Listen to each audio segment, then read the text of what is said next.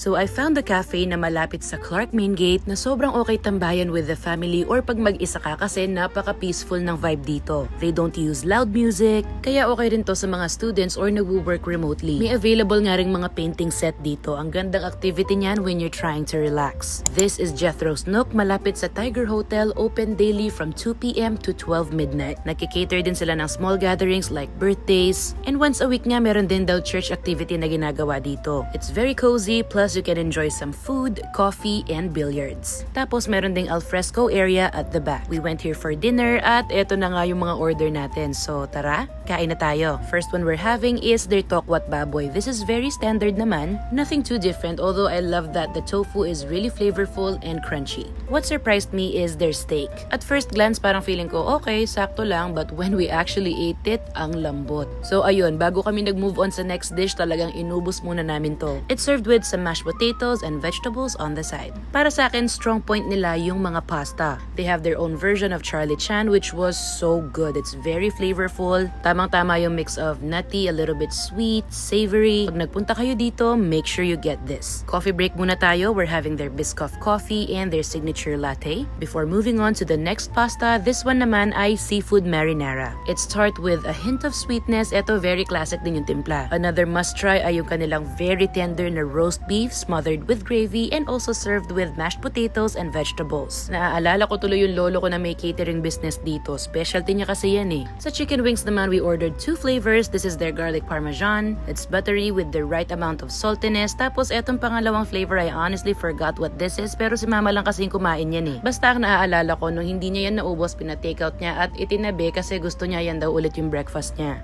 For dessert, we're having some ice cream with peaches and cherries. Very simple lang, nothing too crazy, but it actually satisfied our dessert cravings. Kung non-coffee drinks naman ang hanap mo, this one is fruity with popping boba at ito naman ay cookies and cream. So sa lahat ng naghahanap ng cafe na tatambayan yung very homey, hindi chaotic, Jethro's Nook is definitely the right place for you.